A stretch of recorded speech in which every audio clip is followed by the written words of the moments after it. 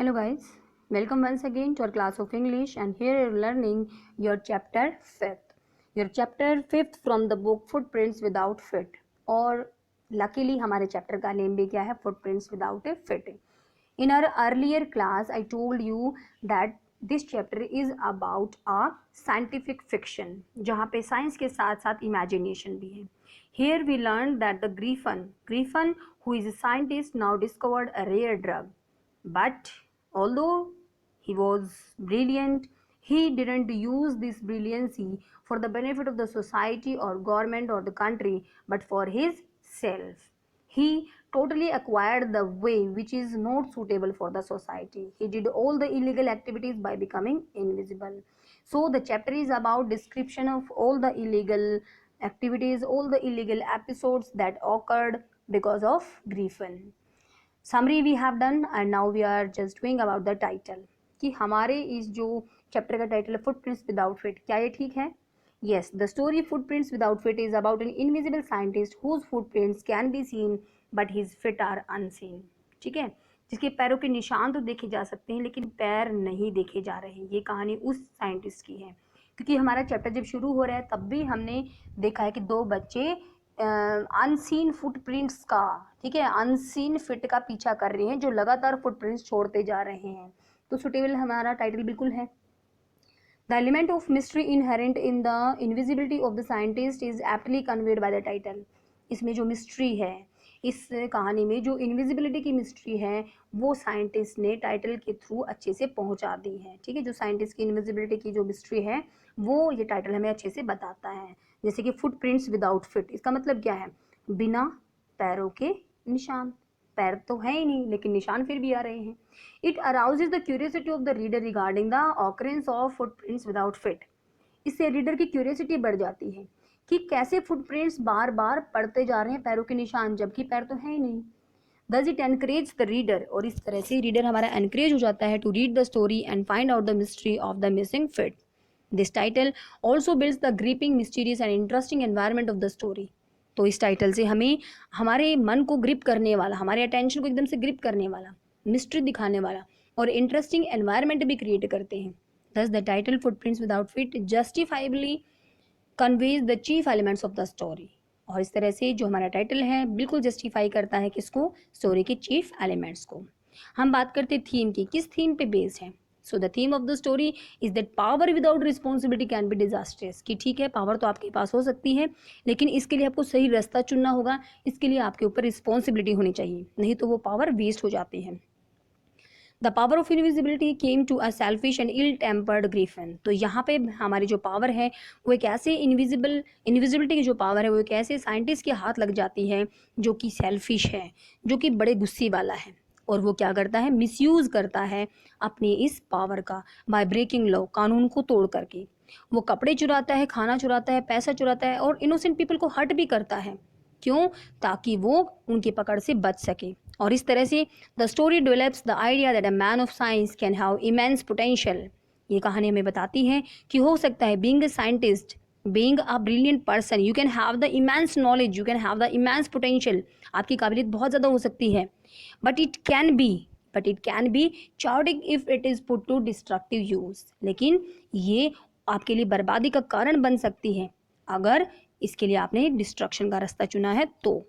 All invention must therefore B monitored. इसलिए सभी invention को मॉनिटर करना चाहिए, इंस्पेक्ट करना चाहिए and develop for the good of the society. और सोसाइटी के भले के लिए ही उनका विकास किया जाना चाहिए, नॉट फॉर द सेल्फ और the benefit of an specific individual.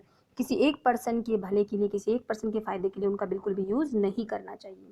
So there are some of the word meanings there like imprints मतलब इंप्रेशंस, क्या क्या निशान है वहाँ पे. गेज्ड का मतलब look at something without blinking eyes, ध्यान से देखते रहना, बल्कि नहीं झपकना. रिमार्केबल मतलब वेरी स्ट्रेंज. डिसेंडिंग मतलब कमिंग डाउन. प्रोग्रेसिंग आगे बढ़ते हुए. फैसिनेटिंग अट्रैक्टेड जो कि आकर्षित कर लेता है. फेंट धीमा होना. ऑल टुगेदर मतलब कंप्लीटली पूरी तरह से. एक्सप्लेनेशन का मतलब कहते हैं रीजन होता है. मिस्ट्री सीक्रेट होता है. Bewildered confusion. Transparent that can be just seen through, जिसके आर पार हम देख सकते हैं. कैरिड आउट कंडक्टेड, किसी भी काम को पूरा करना, ठीक है, वो क्या होता है, कैरीड आउट होता है। Invisible, that can not be seen, जिसको हम देख ही नहीं सकते, वो क्या होता है, इनविजिबल होता है।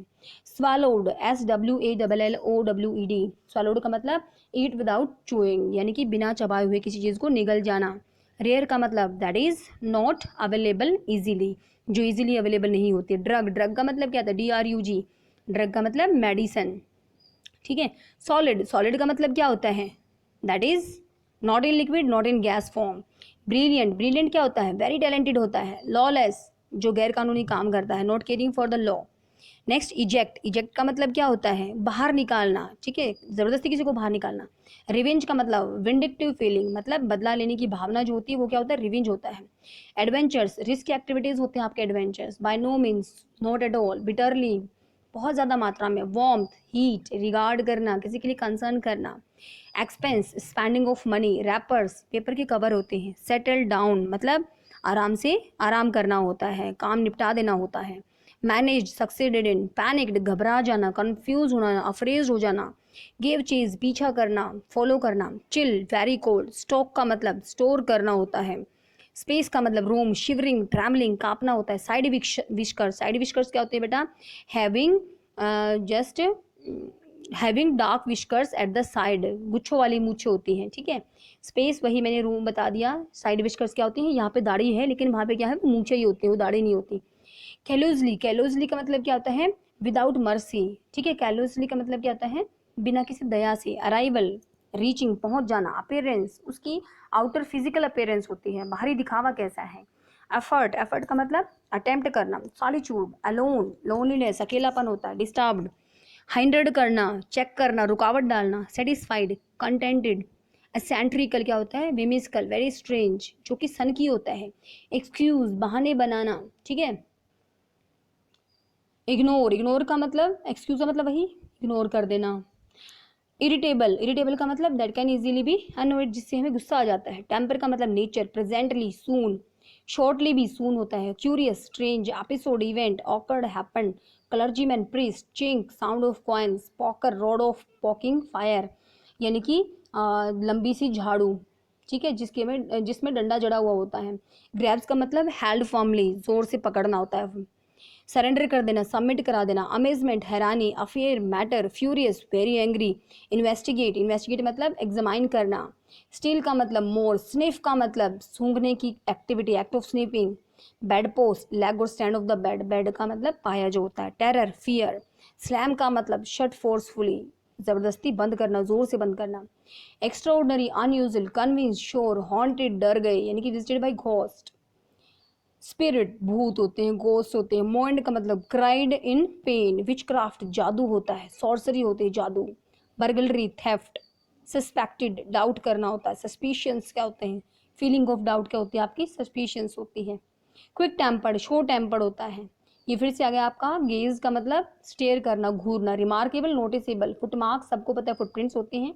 अपीयर, जो हम चीज़ देख लेते हैं। डिसेंडिंग, नीचे उतरना। प्रोग्रेस, आगे बढ़ना। फैसिनेटेड, अट्रैक्ट, ये सारे वही हैं बेटा, ठीक है। एक आध इसमें अलग हो तो you can find out. I think that you have now understand about the title, about the theme and some of the word meaning. In the next video we will do all the question answer.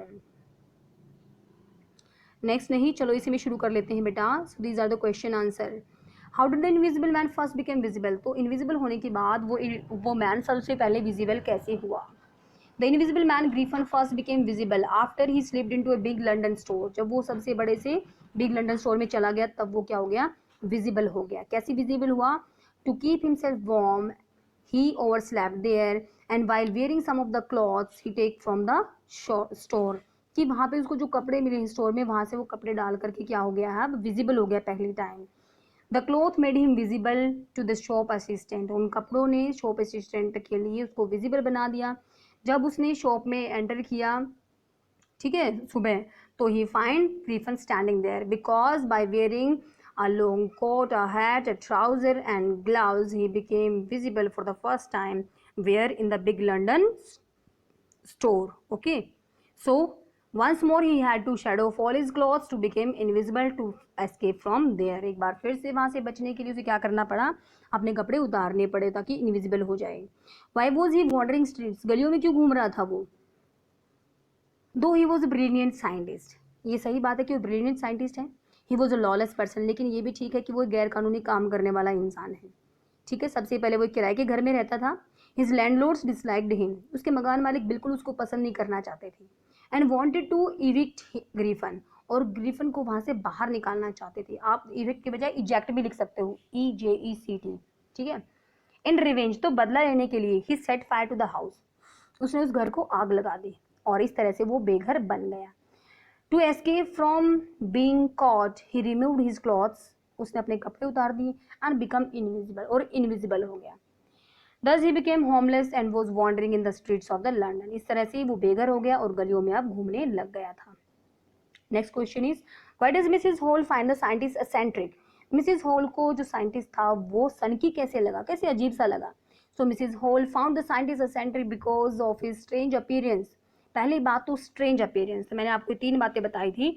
Mrs hall क्यों, सभी गांव वालों को उसका वहां पे आना curious क्यों लगा, तो इसका मतलब Mrs Hall found the scientist eccentric सबसे पहले because of strange appearance. All the time he wore hat and he wore dark glasses even in the night also. ठीक है। And second thing, when she tried to be friendly with him, he rebuffed her by saying that he has come here, he has come है बेटा ये, ठीक है, he has come here just for the solitude, he did not wish to be disturbed in his work, वो नहीं चाहता कि कोई भी उसके वर्क में डिस्टर्ब कर सके। दो बातें, all the time he wanted his room to be locked, अपने रूम को लॉक रखता था, all the time he wanted his room locked. तीसरी बात और चौथी बात आप और लिखेंगे, वो कौन सी लिखेंगे, that this is the midwinter time and nobody visited in that time of winter। ठीक है। this is also a very strange thing for the villager to believe when someone came to their village in such a cold weather। ठीक है, ये सब बातें हम बताएंगे। Second question देखिए, what curious episode occur in the study, study room में कौन सी अजीब बात हुई थी। So early in the morning, a clergyman and his wife were awakened by noises coming from their study। वो दोनों उठे क्यों, क्योंकि उनके स्टडी रूम से आवाजें आ रही थी। Then they heard the sound of being taken money from their desk। फिर उन्होंने आवाज सुनी, chink of the money, they heard the chink of the money and thought that someone was taking money from their desk। लेकिन when they entered the study, they did not find anybody there। They tried to search everywhere, under the table, behind the curtain, in the chimney, but nobody was there। And they were very surprised that the desk was open and money was missing, but nobody was there। उसके बाद what other extraordinary things happened at the inn, और क्या क्या हुआ वहां पे, तो चोरी होगी तो इन में क्या क्या हुआ था। At the inn, Mrs. Hall and her husband went into the scientist's room on finding its door wide open। तो भाई उधर वो चोरी कर रहा था, इधर मिसेस हॉल और उसके हस्बैंड पहुंच गए उसके कमरे की तलाशी लेने के लिए, क्योंकि पहली बार they find that the door of the room was open. However he was not seen in the room, लेकिन कमरे में कोई था ही नहीं। But when Mrs Hall and his husband entered the room, they just heard a sniff close to their ear. Mrs Hall को अपने कान के आसपास कुछ किसी के सांस लेने की आवाज सुनाई दी। Then a hat on the bed post leapt up, फिर बेड पे रखी हुई एक हैट हवा में उछली और सीधे उसके मुंह पे आ गिरी। ठीक है। Then the bedroom chair sprang into the air, फिर जो बेडरूम में चेयर रखी हुई थी वो हवा में लहराने लगी। And push them both out of the room, और दोनों को कमरे से बाहर धकेल दिया। This made Mrs Hall think that her furniture was haunted, और मिसेस हॉल इन सब करके बहुत ज़्यादा अफ्रेड हो गई। She frightened very much and think that her furniture was haunted by some spirit, कि इसमें कोई आत्मा घुस चुकी है। Now the think about it, Griffin was A rather lawless person. How, कैसे था वो गैर कानूनी काम करने वाला इंसान। Although Griffin was a very brilliant scientist, ये तो आप हर क्वेश्चन की शुरुआत में लिख ही दोगे कि Griffin was a brilliant scientist. He was not bothered if he had harmed anybody in the fulfilment of what he wanted, वो बिल्कुल परवाह नहीं करता था कि जो वो चाहता था उसको पाने के लिए किसी को भी चोट पहुंचा दे। He set his landlord's house on fire because the landlord try to make him leave, उसने सबसे पहले अपने लैंडलॉर्ड के घर में आग लगाई। क्यों, क्योंकि मकान मालिक उसको घर से बाहर निकालना चाहते थे। Then his robberies at the shop and later in the fair, then he robbed the things, then he take out the clothes and eatables from the big London store without paying money for it। After that, मैं आपको अलग से बता रही हूँ, ठीक है, although it was not written here but I am telling you कि second time he went into the big London store. There he opened the boxes, used clothes and eat meat without paying for them. Third time he entered into the shop of a theatrical company and used the things there and also hit the shopkeeper, robbed his money.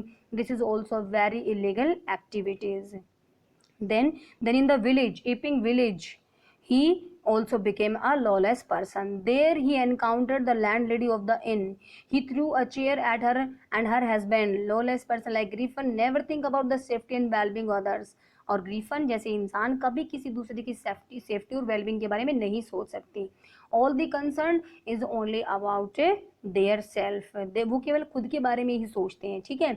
And another thing, he hit the village constable Mr. Zafar also, who came there to arrest him. In this way he did all these illegal activities. ये वही है how do Griffin scientist, Griffin as a scientist, यानी कि उसकी achievement कैसे दिखाओगे आप, उसका कैरेक्टर लिख दो. ठीक है, तब भी ठीक रहेगा. Griffin is a brilliant scientist as he discovers how to make himself invisible. एक उसने ड्रग खोज निकाले जो एक इंसान को इनविजिबल कर सकती है. But he seems to enjoy the feeling of power which he gets out of his invisibility. लेकिन हमें लगा है कि उसने बहुत इंजॉय किया अपनी इस इनविजिबिलिटी की पावर को. Actually, this could be the very beneficial for the society, but he did not use all these things for the benefit of the society. He used these things for his self. That's why he became a threat for the society. ठीक है. He should be caught at any cost. He should be murdered at any cost. This is the demand of the society because of his illegal ways. ठीक है. उसके बाद the power to hurt anybody without getting notice can give sadistic pleasure to some people. वो कहते हैं किसी को भी चोट पहुंचाने की जो आदत होती है वो किसी भी इंसान को सैडिस्टिक बना देती है. सैडिस्टिक क्या बेटा, जब दूसरों को पेन होता है और एक इंसान को बड़ा अच्छा लगता है, वो सैडिस्टिक पर्सन होते हैं. तो वो कहते हैं उसको सैडिस्टिक प्लेजर मिलती है जब दूसरे पीपल पेन में होते हैं. लेकिन a true scientist should make discoveries for the larger benefit of the society. लेकिन ट्रू साइंटिस्ट कौन होता है, जो पूरी सोसाइटी के बेनिफिट के लिए ही क्या करता है, डिस्कवरी करता है, अपने बेनिफिट के लिए जो नहीं करता है. So in this way we have completed some of the question. I think you are able to understand. Thank you very much. Have a nice day.